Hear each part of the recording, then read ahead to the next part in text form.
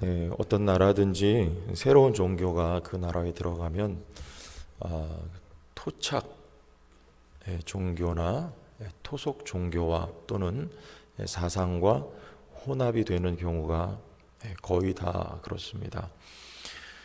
오늘 우리가 본문에도 읽었지만 특별히 오늘 세 가지 은사가 주목을 받는데 예언이며 방언이며 지식이며 왜 이 세 가지를 언급하고 있냐면 이 고린도 교회 사람들이 성도들이 이 세 가지 은사를 가장 높이 평가하고 사모했었습니다. 왜냐하면 당시에 헬라 철학과 그리고 연관된 수사학이라고 하는 이 수사학은 언어하고 관련된 학문이죠. 이것을 숭배했거든요. 숭상했거든요. 그 영향 때문에 여기 나와 있는 세 가지 예언이나 방언이나 지식과 같은 은사를 더 쳐줬습니다. 쉽게 말하면. 우리나라도 여러분 이 기독교가 많이 그렇죠. 우리 토속적인 신앙과 섞여 있는 부분이 참 많은 것을 우리가 부인할 수가 없습니다. 그렇게 되면 우리 기독교 신앙의 본질이 훼손이 돼요. 오늘 고린도 교회의 이 잘못된 빗나간 은사에 관한 이들의 견해는 바로 그 영향이 컸던 것입니다. 그래서 바울이 이 성경에 또 우리 기독교의 올바른 정신 신앙의 내용을 가지고 이 고린도 교회를 그들의 잘못된 신앙과 사상을 바로 잡아주는 그런 말씀을 하고 있습니다. 예를 들어보면 우리나라도 어느 기도원에 갔더니 안수 기도를 쭉 아마 전도사님들 같은데 그 전도사님들이 돌아다니면서 그 헌금을 이렇게 내는 분들만 골라서 안수 기도를 해주시더라고요. 저는 뭐 청년 때인데 그것을 보면서 지금도 이해가 안 되고 당시에도 물론 이해가 안 됐습니다. 왜 그렇게 했을까요? 어떤 영향입니까? 여러분 복채 같지 않아요? 꼭? 우리 헌금이 복채는 아니잖아요. 우리 점장이한테 가면은 뭘 내지 않으면 점 안 봐주잖아요. 복채를 들이밀어야 점을 봐주잖아요. 우리가 하나님 앞에 헌금을 드려야 안수기도 해주는 이거 잘못된 거 아닙니까? 물론 뭐 믿음을 보여라 이런 취지인 것 같아요. 제가 곰곰이 생각해 보니까 믿음을 보여라. 하나님이 믿음 위에 역사하시니까 여러분 근데 꼭 믿음은 헌금으로만 보여야 되는 겁니까? 그러면 돈 없는 사람은 기도받을 기회조차 주어지지 않는데 여러분 그게 성경입니까? 예수님이 제자들한테 회비 걷었습니까? 주님은 거저 받았으니 거저 주라고 말씀하셨습니다. 이런 거예요. 많은 부분들이 우리나라에 기독교가 들어오면서 토속신앙과 토착신앙과 결합되어 버린 부분들이 참 많습니다. 그러면 기독교 신앙이 훼손돼요. 이런 것들을 하나님의 말씀으로 우리가 바르게 잡아 나가는 거 이것 또한 우리의 신앙생활에 있어서 매우 중요한 부분입니다. 매우 중요한 부분이에요.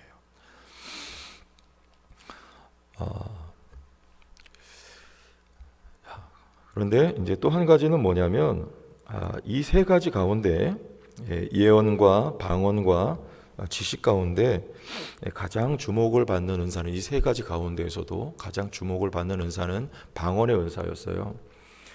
물론 여기 이 방언은 사도행전 2장에 나오는 그 방언과는 다릅니다.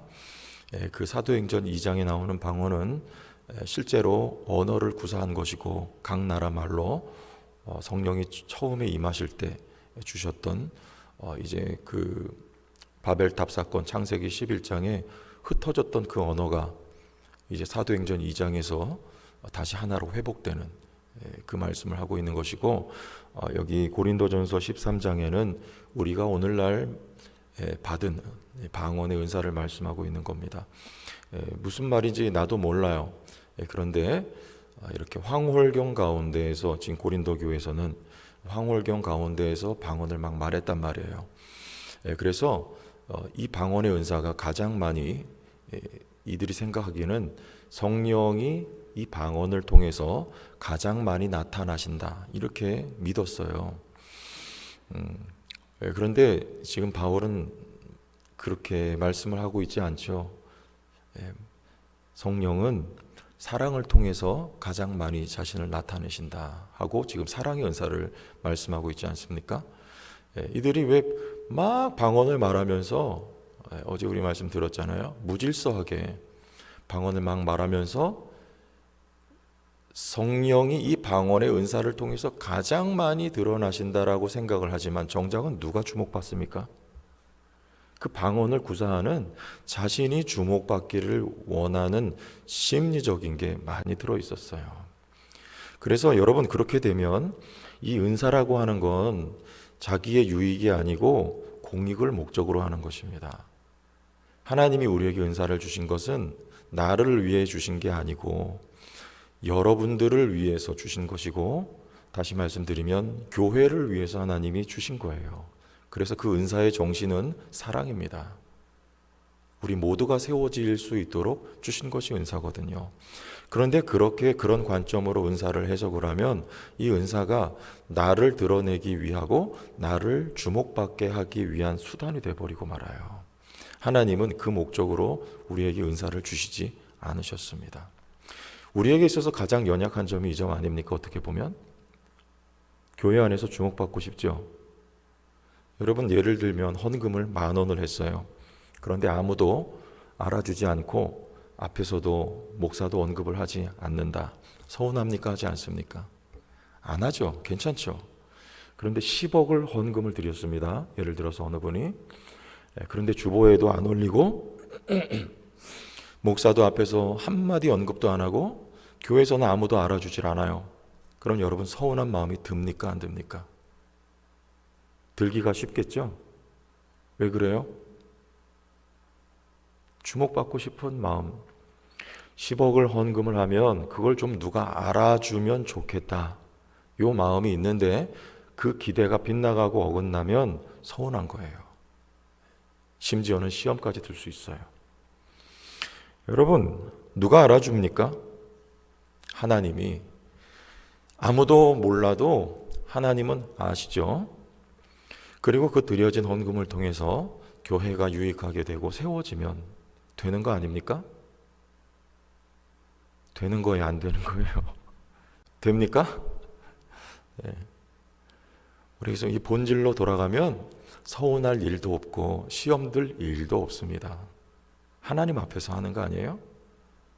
네. 사랑이에요, 사랑.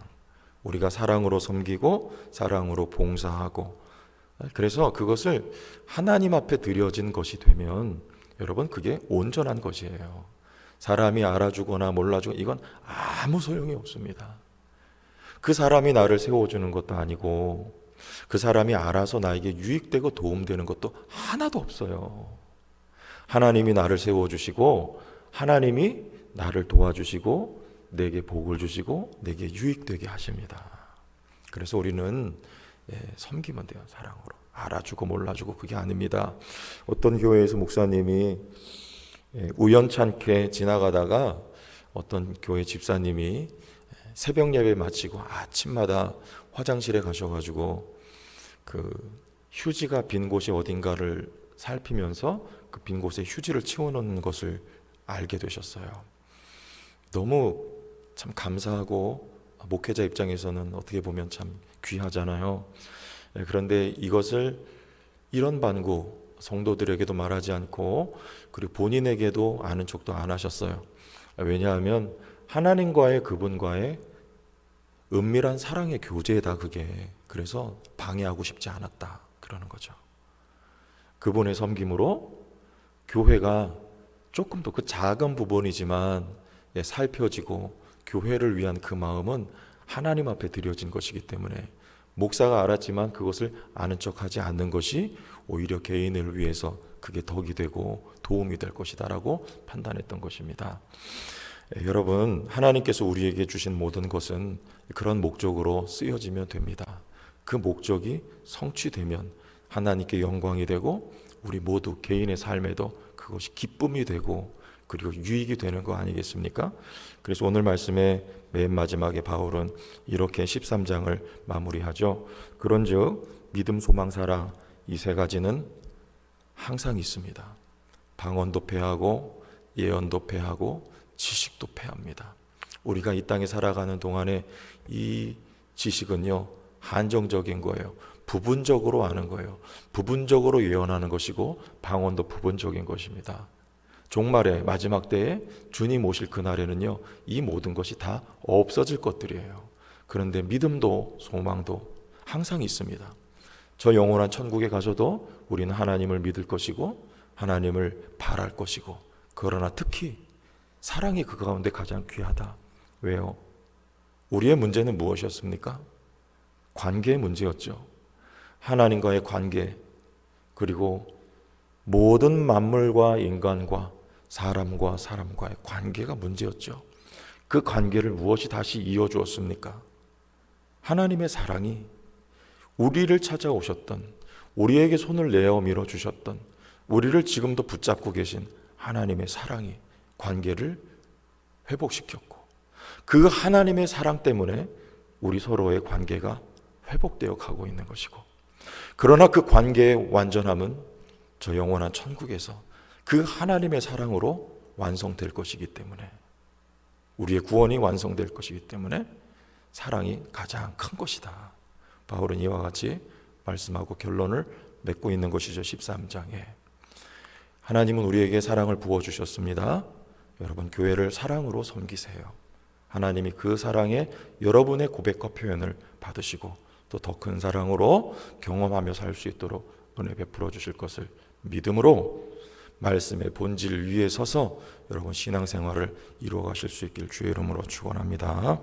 주의 영광 이곳에 가득해 우린